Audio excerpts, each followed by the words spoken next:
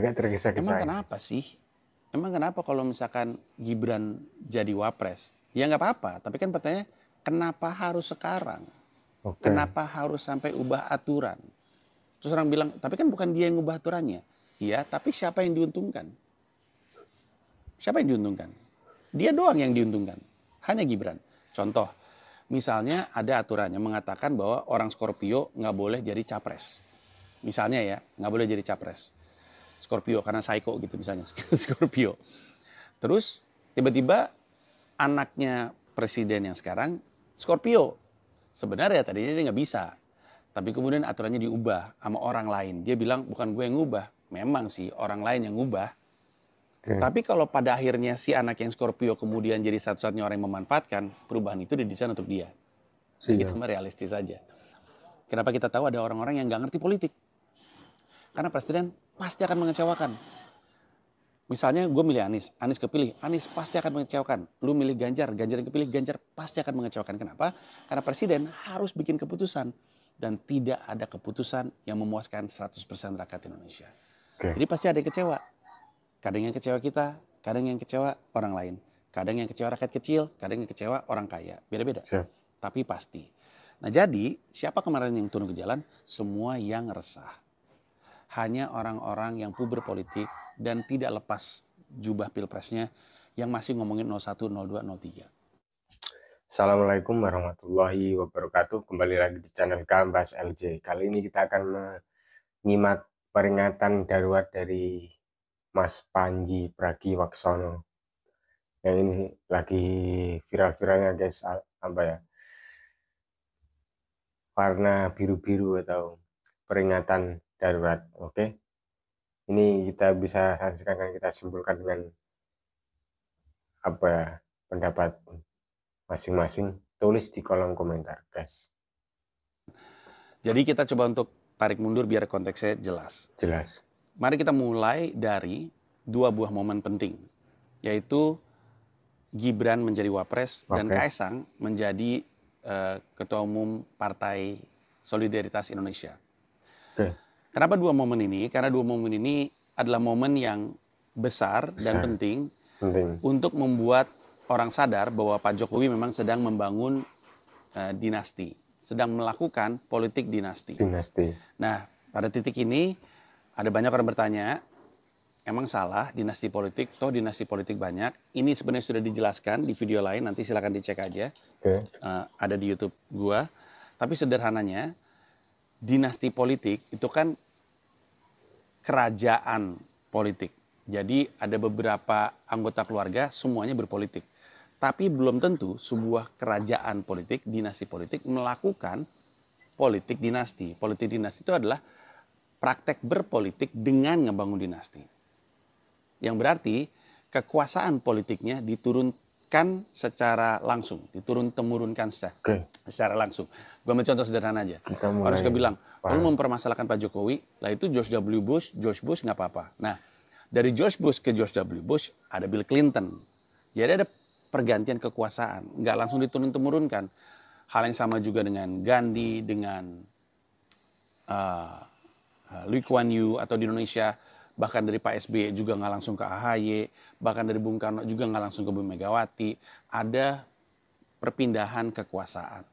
Dan itu adalah cara berpolitik yang lebih sehat, cara berdemokrasi yang lebih sehat, ketimbang langsung diturun-temurunkan, apalagi dengan mengubah aturan.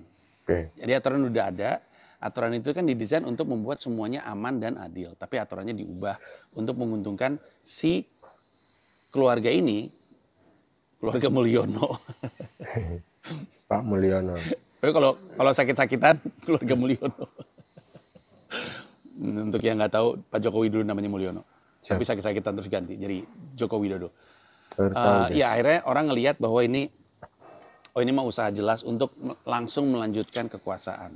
Nah, emang apa yang salah dengan itu? Yang salah adalah ketika jalan menuju itu tidak natural, alias tidak mengubah aturan dan lain-lain. Nanti gue akan coba jelasin. Tapi dua momen itu penting. Kenapa? Karena pada awalnya Gibran sebenarnya tidak bisa maju. Gibran gak bisa maju. Sorry, di belakang ada yang lagi ngebangun. Gue gak punya tempat lain. Jadi agak berisik dikit ya. Gibran tadinya nggak bisa maju karena secara umur nggak cukup. Lalu digugat aturannya ke Mahkamah Konstitusi. Di dalam Mahkamah Konstitusi ada pamannya Gibran, yaitu Anwar Usman. Masih keluarga nih ya.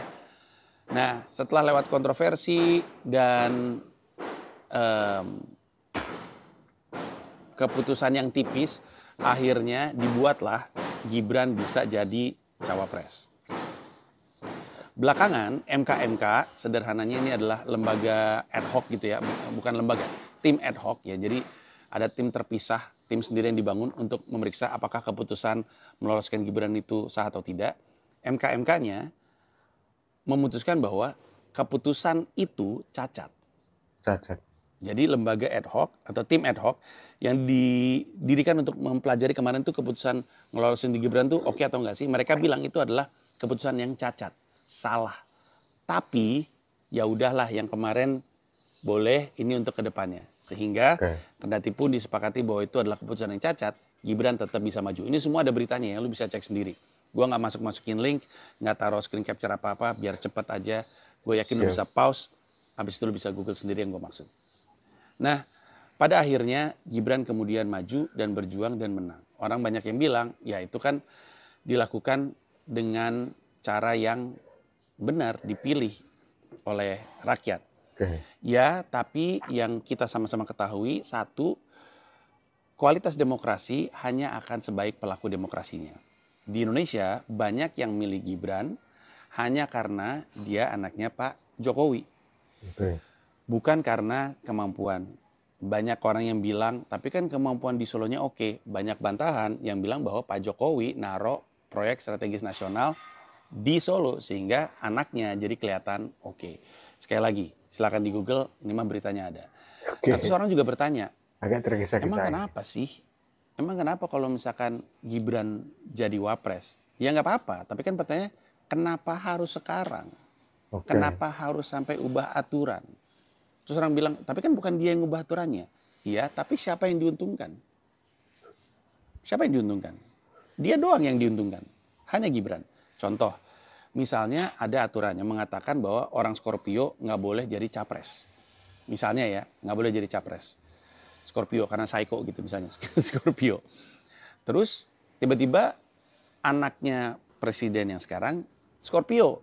Sebenarnya tadinya dia nggak bisa. Tapi kemudian aturannya diubah sama orang lain. Dia bilang bukan gue yang ngubah. Memang sih orang lain yang ngubah. Tapi kalau pada akhirnya si anak yang Scorpio kemudian jadi satu-satunya orang yang memanfaatkan, perubahan itu didesain untuk dia. Itu mah realistis saja. Oke, orang udah kecewa, orang udah pada kesel karena Gibran pada akhirnya menjabat dengan cara yang salah dan, sorry, gue ralat. Cara yang tidak salah, tapi juga tidak baik. Gue pernah bahas perbedaan dari baik dan benar. Secara aturan benar, secara moral tidak baik.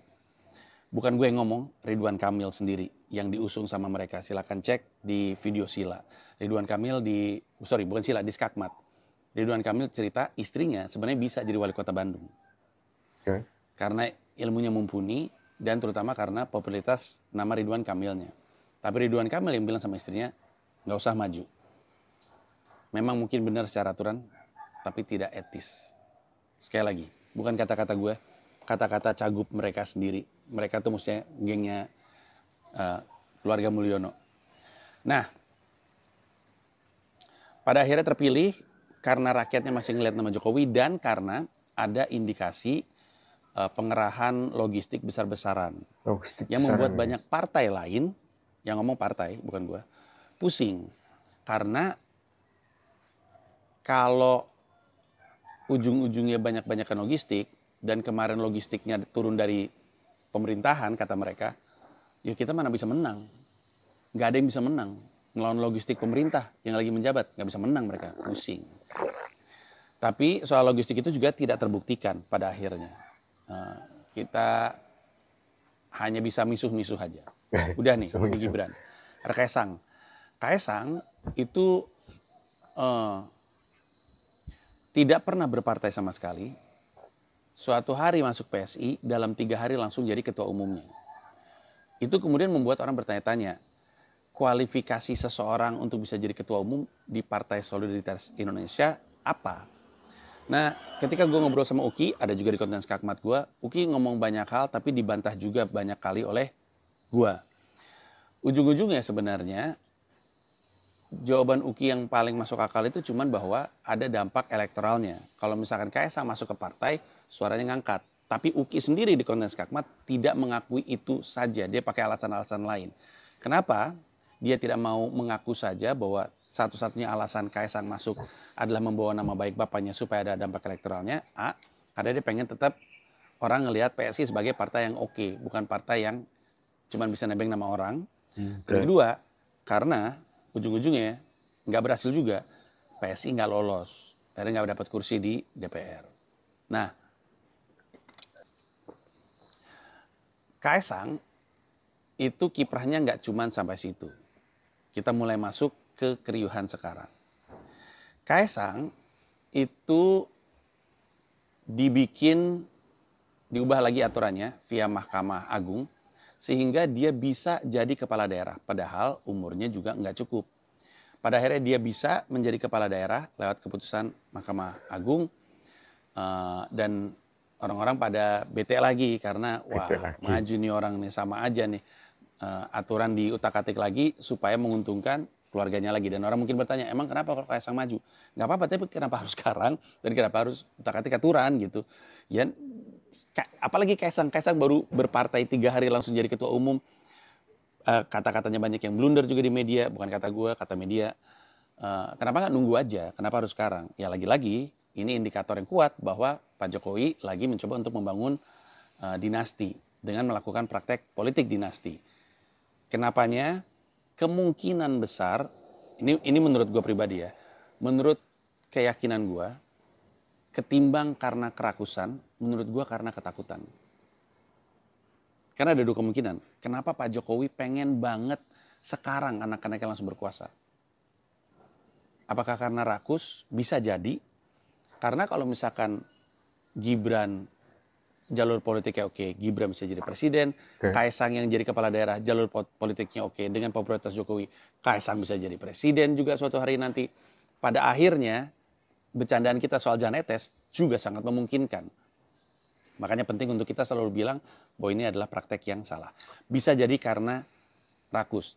Tapi perasaan gue mengatakan lebih karena takut. Takut apa? Itu yang gak bisa gue jawab.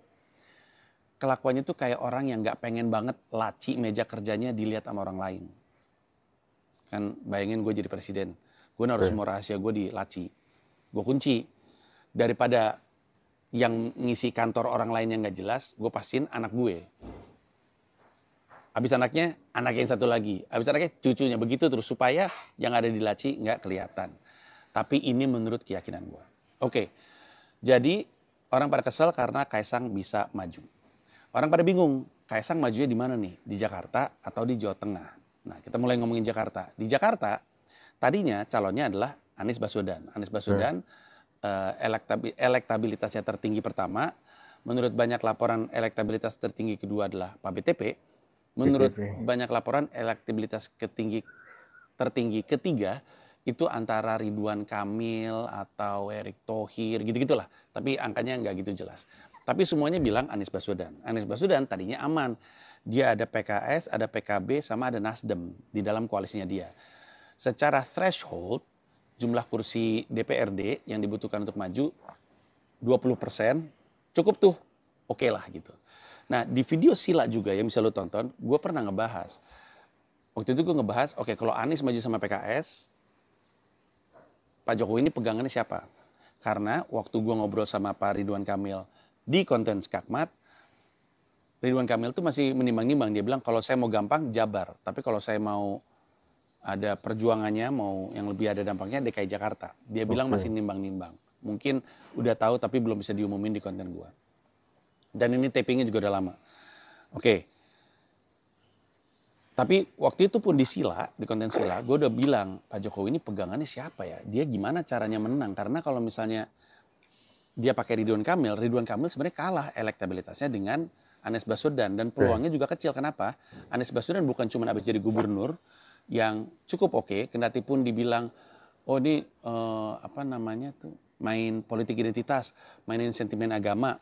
Pada akhirnya buktinya mengatakan bahwa ketika Anies Baswedan menjabat, izin gereja banyak diberikan, ada banyak beritanya, komunitas Kristiani malah berterima kasih, dan yang ini paling definitif, satu-satunya atau untuk pertama kalinya ada Christmas Carol di jalanan Jakarta adalah eranya Anies Baswedan. Jadi orang-orang yang bilang bahwa si Anies Baswedan nih politik identitas, ini cuma bawaan dari waktu kampanye, buktinya sih nggak ada. Tapi yang paling mengkhawatirkan bagi Pak Jokowi adalah PKS yang ada di kubunya Anies, koalisinya Anies. Kenapa? Karena PKS kursinya paling banyak. PKS paling menang lah di DKI Jakarta. Nah, lu mungkin bertanya-tanya, emang kenapa kalau misalkan Mas Anies jadi gubernur?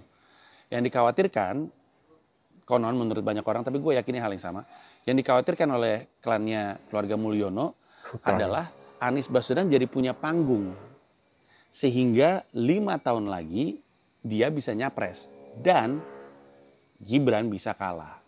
Supaya Gibran bisa menang, Anies Baswedan jangan dikasih panggung. Supaya Anies Baswedan jangan dikasih panggung, kita pikirin gimana caranya dia nggak maju sekalian. Karena kalau dia maju, kemungkinan besar calonnya Ridwan Kamil kalah. Jadi apa yang terjadi? Koalisinya dicabut sama Pak Jokowi. PKS ditawarin kursi konon katanya. Katanya ini dari diskusi yang tersebar dan ada di media juga liputannya dari sisi pemerintah bilang, mau nggak lu keluar dari koalisi Anies, gue kasih sesuatu di pemerintahan. Katanya gitu. PKS akhirnya ninggalin Anies Baswedan. Nasdem katanya ditakut-takutin dengan kasus. Terus PKB konon katanya Caiminnya mau digulingkan. Padahal Caimin nggak perlu takut. Kan bisa diseplet aja. Selepet deng, selepet aja. Cabut semua tuh, cabut. Nggak ada yang bersama dengan Anies. Saking giatnya usahanya keluarga Mulyono ini, sampai-sampai Ridwan Kamil dan wakilnya itu didukung 12 partai. Wow. Sisanya PDIP. PDIP bingung sekarang karena dia nggak cukup punya kursi, thresholdnya kan 20% kan. PDIP bingung, dia nggak bisa nyalonin. Anies juga bingung, gimana ya gue ya, nggak bisa maju nih gue. Tadinya ada peluang untuk mungkin Anies bisa lewat jalur independen, tapi udah keburu lewat pendaftaran independennya. Karena tadinya kan dia punya partai, lewat dari masa mendaftarkan sebagai calon independen, partai-partainya pada cabut. Nah, orang mulai ngomongin soal skenario kota kosong. Skenario kota kosong itu artinya Ridwan Kamil dengan wakilnya akan tanding lawan nggak ada. Makanya disebut kota kosong. Ini terjadi berkali-kali di berbagai macam pilkada. Memang belum pernah terjadi di Jakarta. Tapi ini dikhawatirkan oleh kubunya Pak Jokowi justru akan blunder. Dan Pak BTP juga bilang, nanti kalau lawannya cuma Ridwan Kamil sama kota kosong, percaya sama saya, kata Pak BTP, semua akan milih kota kosong, dia akan malu. Sehingga mereka mencoba memastikan tidak ada kota kosong. Gimana caranya? Dengan tiba-tiba memunculkan Darmo Pangrekun. Dan calonnya lagi namanya Kun Aguero gitu. Atau siapa? Kun siapa? Lupa gue. Kun Aguero. Ini calon independen yang tiba-tiba muncul belakangan. Kebanyakan orang nggak tahu. Yang tahunya Darmo Pangrekun tuh sering banget bikin pernyataan yang sangat ngabluy lah istilahnya. Karena dia bilang, wah banyak lalu bisa cari tahu sendiri. Gua tahu nama Darmo Pangrekun karena ada banyak orang tiba-tiba DM, tolong dong Darmo Pangrekun di Skakmat. Pas gua cek, wah tampaknya rada-rada kurs. Akhirnya nggak gua indahkan permintaan tersebut. Yang jadi kontroversi adalah orang yang nggak tahu dari mana ini tiba-tiba lolos pendaftaran diri sebagai calon independen dengan mencatut KTP orang. Banyak orang kaget pas dia lihat KTP-nya dia tercatat mendukung Darmo Pangrekun, padahal enggak. Siapa ini? Dan banyak sekali, saking banyaknya anak, adik, dan bagian dari tim ses Anies Baswedan juga dicatut, nggak masuk akal dong. Saking liarnya Anaknya Anies saja sampai dicatut KTP-nya. Pada akhirnya semua orang protes, lapor ke polisi, polisi bilang, oh ini bukan ranah gue. Kasih ke KPU kalau nggak salah, pokoknya bukan ranah gue. Intinya dengan pencurian KTP tersebut, akhirnya si Darmo Pangrekun dan wakilnya lolos. Terjadilah Ridwan Kamil dengan 12 partai dan calon independen. Asumsinya semua orang akan pilih Ridwan Kamil. Sehingga apa yang Pak Jokowi ingin capai terjadilah.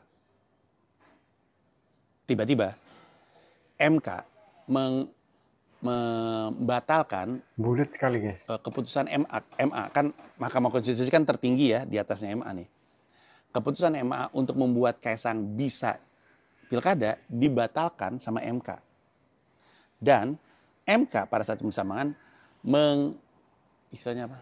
mengabulkan permintaan dua buah partai, yaitu Partai Buruh dan Partai Gelora, untuk nurunin thresholdnya dari 20% ke 7,5% kalau nggak salah. Yang membuat PDIP bisa maju sendiri. Ini membuat orang bergairah karena ada cara untuk memastikan klannya Pak Mulyono ini dapat perlawanan. Karena kemarin merasa dicurangin kan dengan Darmo Pangrekun itu. Dan ngeliat praktek yang katanya kotor banget, ditinggal, dikasih jabatan, ditakut-takutin. Ngomong-ngomong bukan cuma itu, Golkar pun akhirnya dicopot ketua umumnya Erlangga Hartarto, diganti dengan orang yang juga sangat setia dengan Pak Jokowi. Siapa namanya? Ya gue lupa lagi. Ya. Bahlil. Pokoknya orang Indonesia jahat bilang dia the kill. Gue lupa orangnya. Tapi oke lah. Kopinya kurang kuat. Tapi oke. Sempat happy nih. Sempat happy karena ada jalan untuk keluar. Tiba-tiba Pak Jokowi memanggil Menteri Hukum dan HAM-nya. Yang tadinya orang PDIP. Tapi diganti. Dicopot. Diganti sama orang lain. Tujuannya sih sederhana. Biar nggak ditahan-tahan. Tadinya kan Yasona Lauli. Bayangin gua mau bikin sebuah skema yang membutuhkan gue untuk ngutak-atik hukum, tapi menteri hukum itu lawan politik gue di pilkada, yaitu PDIP. Copot aja PDIP-nya, ganti sama orang baru. Orang baru ini dipanggil, dan akhirnya pembahasannya nggak jelas apa, tapi pada akhirnya setelah itu terjadilah rapat. DPR rapat mau membuat sebuah RUU yang membuat Kaisang jadi tetap bisa maju dan membuat thresholdnya jadi balik lagi ke 20%. Intinya mau mencoba untuk membatalkan itulah. Dan untuk informasi, DPR kan juga koalisinya udah koalisi Pak Jokowi, dan untuk sebuah undang-undang kemudian bisa ketok palu harus disetujui sama pemerintah. Jadi dari sisi DPR-nya dan dari sisi pemerintahnya mesti kompak. Mungkin itulah kenapa kemarin Pak Jokowi manggil Menteri Hukum dan HAM-nya supaya langsung jalan. Inilah kemudian yang membuat rakyat marah, keluarlah meme warna biru tersebut, demonstrasilah orang di jalan untuk memprotes. Pertanyaannya, siapakah kemarin yang ikut turun ke jalan? Seluruh rakyat Indonesia yang kecewa. Dan mungkin lu bertanya, termasuk pemilih 02? Jawabannya, udah nggak ada pemilih 01, udah nggak ada pemilih 02, udah nggak ada pemilih 03, udah selesai. Lu ngapain masih pakai jubah pilpres? Masih banyak tuh orang yang masih pakai jubah pilkada 2017, habis itu nggak dicopot, dia pakai lagi jubah pilpres 2019, dipakai lagi pilpres 2000. Lepas itu udah selesai, setelah selesai, semuanya tuh rakyat Indonesia. Makanya aneh untuk orang yang bilang, lu ngapain ikut-ikutan? Lu kan 02. Lah kan udah bukan pilpres, semuanya kan udah jadi rakyat Indonesia. Ketika jadi rakyat Indonesia, kalau lu resah, ya lu turun ke jalan. Bisa jadi sebagai pemilih 02 itu justru adalah bukti lu masih mengkritisi. Kan ada yang bilang gini, katanya lu 02. Ngapain lu ikut-ikutan? Ini aneh karena siapapun yang ngomong kayak gitu, tanpa sadar, baru aja mengaku kepada rakyat Indonesia bahwa kalau presidennya dia kepilih dan salah, dia akan diam aja. Kan gitu kan, misalnya ada pemilih Anies. Pemilih Anies bilang, lu kan pemilih Prabowo, ngapain lu ikut demo? Pemilih Prabowo bilang, lah A, gue kan sekarang udah jadi rakyat Indonesia, dan B, ini kan bentuk tanggung jawab gue mengkritik. Memangnya lu Oke, pemilih Anies, kalau misalnya Anies ngelakuin kayak gitu, Anies kepilih dan Anies ngelakuin kayak gitu, terus lu nggak mengkritik? tanggung jawab kita untuk Hening tuh. mengkritik, guys. Oke, Biasanya siap. ada jawaban, tapi Anies Baswedan nggak akan kayak gitu. Tolol. Inilah Tolong. kenapa kita tahu ada orang-orang yang nggak ngerti politik. Karena presiden pasti akan mengecewakan. Misalnya gue milih Anies, Anies kepilih, Anies pasti akan mengecewakan. Lu milih Ganjar, Ganjar yang kepilih, Ganjar pasti akan mengecewakan. Kenapa? Karena presiden harus bikin keputusan. Dan tidak ada keputusan yang memuaskan 100% rakyat Indonesia. Oke, Jadi pasti ada yang kecewa. Kadang yang kecewa kita, kadang yang kecewa orang lain. Kadang yang kecewa rakyat kecil, kadang yang kecewa orang kaya. Beda-beda. siap. Tapi pasti. Nah jadi, siapa kemarin yang turun ke jalan? Semua yang resah. Hanya orang-orang yang puber politik dan tidak lepas jubah pilpresnya yang masih ngomongin 01, 02, 03. Oke, alhamdulillahirrahmanirrahim. Tadi kita sudah bisa menyaksikan komentar atau tanggapan atau kritikan dari Mas Panji Pragiwaksono, guys. Ini tentang apa ya? Analisisnya tentang algoritma atau ada seolah-olah ada rencana untuk politik dinasti Pak Jokowi, guys. Karena semua dua anaknya diusahakan atau diusahakan dengan mati-matian lah istilahnya untuk menjadi penguasa selanjutnya, guys.